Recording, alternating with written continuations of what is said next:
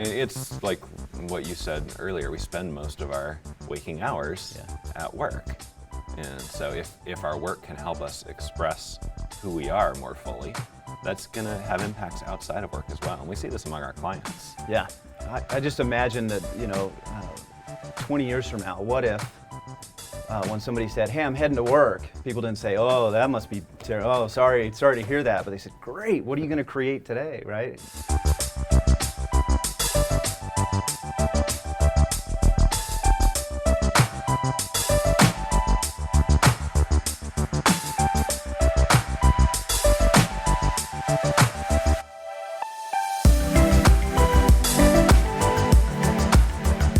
We're here to dig into what it means to transform work to fit people better. All right, so Richard, you named your first company Humanizing Work? I did in 2008 when I first went independent as an agile trainer and coach. I had this sense that work didn't fit people, and if we transformed it to fit people better, then people would thrive more and work would be better. So it's kind of intuitive at that point, and named it Humanizing Work without really fleshing out what that was about. So going just kind of on gut feel there. Right, Yeah. and I know when we started working together a few years ago, that phrase really resonated with you. What was it about that? It did, and as I think about what I'm passionate about at work, one of the problems that I see in almost every company that I have worked for or with is this issue that a lot of people are just kind of phoning it in. They're kind of punching the time card, making their paycheck and going home, and It's better than work. yeah, right. And yeah, I can't wait till Friday, or oh no, I got the Monday blues. Right, there are all these aspects of people complaining about work, and to me, I always loved work when it was meaningful work. And there's Gallup has surveyed on this. There are Gallup surveys that talk about like 30% of U.S. workers are engaged, and something like 18% worldwide are engaged at work. How do they define engagement? They define it as volunteering their creativity, essentially, is how I would summarize. There's more to it than that, but volunteering their creativity while they're at work. And to me, that's a human tragedy that the vast majority of people go to work every day, and they kind of hate their job. And that's most of our waking hours. Most of our waking hours, right? So they're spending most of their waking hours doing something that's drudgery, that is mind-sucking, soul-sucking, not contributing to having a good life. And I think that carries over when they get home in their personal life. So to me, there's a human tragedy. I mean, there's an economic cost to that. They also have some other categories, like they have disengaged and actively disengaged as categories on this survey. What is actively disengaged? Well, actively disengaged is like Office Space style. They're kind of trying to sabotage the company. Okay. That's 18% of U.S. workers are actively disengaged, and they call that a $300 billion annual hit to the economy. So there's an economic hit to this, and you can imagine that, people detracting from the value that a company's trying to create in the world, right. And not only not volunteering their creativity and their energy to making something cool, but actively trying to sabotage it. That's a huge economic cost. So I just, when I heard the term humanizing work, to me, that sounded like the opposite of the problem that we see in the world. So that's why I got excited about it. Yeah, and in the last 10 years, we've had a chance to work with a lot of teams, a lot of individuals, a lot of organizations, and see what works and what doesn't. So what started as an intuitive sense that there was a mismatch between people and the work that the people did has started to show some themes, some patterns. And I think we've noticed four things. First, we've noticed that creativity is essential. That people are more themselves. They're more effective in the world when they have a chance to be creative, when they have a chance to make things, to change things. And I don't mean creativity in the sense of painting a picture or right, something like that. Yeah. When people hear creativity, they think about the artistic sense of creativity. But you can be working in a manufacturing job and thinking about ways to make your job work better. Yeah. And you're bringing creativity to the work. Yeah. So there's a pretty wide range there. And you and I have talked about how our particular wisdom traditions that we subscribe to, that's a big part of that. But I see that in most wisdom traditions in the world, that part of the purpose of humanity is creation of something. Right. We're trying to create something, and that might just be trying to create the bread that we eat today. or it might be trying to create something that makes a big difference for somebody else, creates meaning, creates emotion, creates peace in the world. It could be from I'm trying to make bread so that my family can eat, all the way to I'm trying to create world peace at a high level. And the scale doesn't seem to actually matter, Right. Which was a surprise to me. I thought people would be more motivated by this big purpose or creating big things, and what I've noticed is that it really comes down to connection with purpose, like what the motivation researchers call relatedness. Yeah. It's I also think that there's something about the context of our life in that moment. There is a context where if we don't get this bread made, we are going to be hungry. At that point, I don't really care too much about if I'm going to impact communities far and wide in the world. I care about whether my family's going to eat tonight. That's going to be the most meaningful thing for me today. And so context really matters as well when we talk about creativity. right. Yeah. So creativity is the first of the four themes. The second theme that we've been talking about is collaboration. Yeah. The people are more effective in their work and feel more connected and motivated when they're doing it with other people. It's like the we can get some of the buzzwords in now, right? There's Synergy. Synergy, right? when we're collaborating towards greater, yeah. Yeah, I was trying not to say synergy because it's such a buzzword. Yeah. But that whole being greater than the sum of the parts, Yeah. I think, is an expression of this collaboration and human connection making work better. For me, it's one of the things that I get most excited about working with clients is when we can work with a group that was calling themselves a team, but not really functioning like a team, how we would describe it. Functions. I get really excited when there's almost like a night and day energy that happens when they start actually collaborating. Yeah. Yeah, and I think this is one of the things that the Agile movement has brought to work really effectively, is the focus on the team as the unit that works together and gets things done. Yeah. Right. Now, I think this is also a place where we see that in the phrase humanizing work, work is both subject and object. Subject and object. I'm not an English major, Richard. Neither am I, but I like English. So in humanizing work, work functions as object, which is kind of what you expect. We're humanizing work. We're making work fit humans better. But it's also the subject where once you do that, work makes us more ourselves. We get to express our humanity more in our work when things like creativity and collaboration are there. So work becomes a humanizing force after you humanize work. So work can impact humanity, right? Work can change cultures. Work can change what it feels like to be in an area. Work can change how you feel when you come home at night. All of those things. Right. Yeah. And it's like what you said earlier. We spend most of our waking hours at work.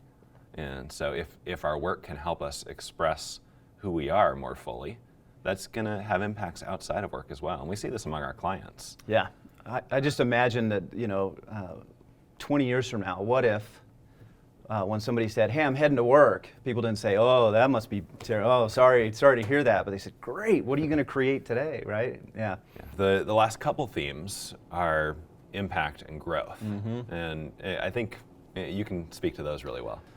So impact, if we think about what impact means, it's how do we affect others is really what that means, right? So when we're humanizing work, when we're trying to create a more human-centric workplace, how does the work impact others? So if we think of the work of a team impacting customers, the work of a company impacting the community, or the work that I do impacting the team, how does it impact other people? And obviously we want it to have a positive impact. What we see in a lot of companies is just a real disconnection with the work that I'm doing right now and how that impacts anybody else. I feel like I'm kind of checking a box, or I'm going down my task list, or I'm getting what I got assigned done. That is not meaningful to people. It doesn't move the needle. So we're looking at how does my work impact somebody else in a positive way. Right, which implies some connection to those people. Yeah, you would hope so, right? So yeah, when people become disconnected from the impact of their work. So that's one of the things we often focus on with clients, right? Is how can we connect the work that I'm doing today with the people it impacts? Like, let's talk with customers. Find out what's going on with them. Yeah. Find out what effect our work has after we do it. Right, and I know that in a lot of companies, the people doing the work are almost prevented, or sometimes literally prevented, from being allowed to speak to customers. There's a trust issue there often, that they'll say something that won't represent the company well, or they'll make commitments. I'd much rather train somebody to not make those fundamental errors than prevent them from speaking to somebody. Right. Yeah. We had a funny experience with this at a conference a few months ago, where I was teaching on a tool for understanding customers, Right. really a customer empathy tool. And someone came up to me afterwards and said, "I've heard that explained before, but never like that. Yeah, like, you really brought it to life." And like, "What do you mean?" And he said, "Well, it seems like you actually care about people." So the fact that You are correct. yes, that is the point. Yeah. Multiple times he'd been taught a tool for customer empathy and got the impression that you can use the tool without caring about people. Seems like something's missing there. Something is missing. So, Right. so we're so disconnected that we can even use tools that are made for connection and miss the connection. Yeah. So that's the impact part of it, is are we connected to the impact of our work? Is it meaningful to us? The other one is growth, and you'll read about growth in some of the engagement literature, sometimes referred to as mastery. For example, Dan Pink refers to it as mastery, our desire to get better at things. In Dosey and McGregor's work, they refer to it as potential, the potential to grow, the potential to be recognized for that growth.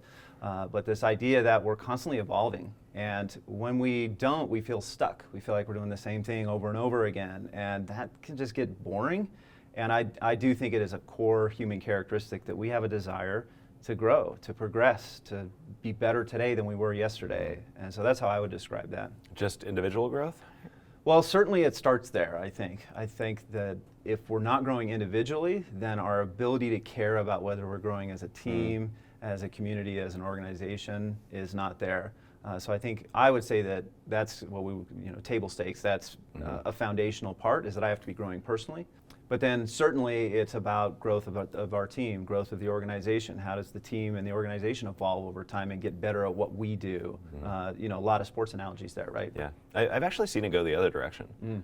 I think a team of individuals who are growing certainly will lead to organizational growth, but a lot of times I see individual growth blocked by the lack of growth in an organization or lack of space for growth. And so sometimes working on the context, working on a team or a larger system makes space for individuals to grow. And I've seen many cases where somebody on a team that their manager would have said, well, they're going to be the last one to grow or to get better. They just don't care. You make a change to the system around them, and suddenly they're one of the major contributors on the team. Yeah. Well, there's this cool thing I learned. So I'm a big basketball fan, right? And there's a book by Bill Simmons, and it's a gigantic book about the history of the National Basketball Association. And in there, he talks about the real challenge that any team has of maintaining a championship level. So if you look, there have only been a few teams in the history of basketball, and really in any major sport, they're able to maintain that very top echelon. And as he's interviewed players that played on those teams, he calls it the secret. The secret to winning a championship is Creative name. The secret is that you have to be willing to give up on individual stats to sacrifice to the team good. And the teams that learn that are the ones that tend to win championships. And so that's like passing rather than taking a shot? Yeah, passing rather than taking a shot. And there are interesting statistics about the economic cost of passing the ball rather than shooting the ball. So, what economic cost for who? Meaning that if you look at basketball contracts, the points per game matters much more than assists per game. Okay. So you get paid for making baskets, not for helping others make baskets. So this is like the Moneyball idea, where the wrong thing is valued financially. There's a financial incentive to shoot and make a basket, and almost no financial. In fact, there's a financial disincentive to pass the ball. And so I guess this is true in a lot of industries. You just don't have the clear statistics to trace it. But you think about what looks good in an interview for a software developer, and what actually makes a team more effective. Right. They're not the same. So one of my favorite stories about this is from Bell Labs. So Bell Labs was, the icon of innovation for many decades. And since they did a lot of government work, they wanted to study the people that had the most patents at Bell Labs. what did they have in common? Did they go to the same school? Did they come from the same background? What did they have in common? And they went through all these possible commonalities. They couldn't find anything. The one variable that they found that they did have in common is that the people with the most patents all ate lunch with a guy named Bill Nyquist. Now, Bill Nyquist, to me, I know who he is because of my audio background. The Nyquist rate is a sampling rate. That was he was a scientist that was studying digital sampling, but not well known in the community at all. And so when they said, well, who is Bill Nyquist? And they would ask these people with a lot of patents, they say, who's Bill Nyquist? And they say, oh, I have lunch with him every couple of days in the lunchroom. He's like this old grandpa fellow, and he always seems to have really good ideas and ask me really good questions. Like, that's the kind of guy that doesn't get valued in organizations because he's not generating the most patents, but he was the deciding factor in how innovative Bell Labs was. Yeah, and there's no stat for the assist. Right, exactly, yeah. So when we started talking about growth, and it kind of circled back around here to collaboration, what does it mean to actually make each other better? A lot of times the things that make each other better aren't measured, but that's the type of growth that we're interested in. How do we help people help others grow as well? Yeah, there's really connections between all four of these themes. Yeah. Right, where we talked about impact and meaning when we were talking about creativity. Right. People become more creative in groups in a lot of ways where we can give each other ideas, right? So we already talk about a lot of these themes in the Agile community, right? But it seems like this is bigger than that. The Agile movement, if you want to call it that, I think is aligned with how humans work in a lot of parts of it.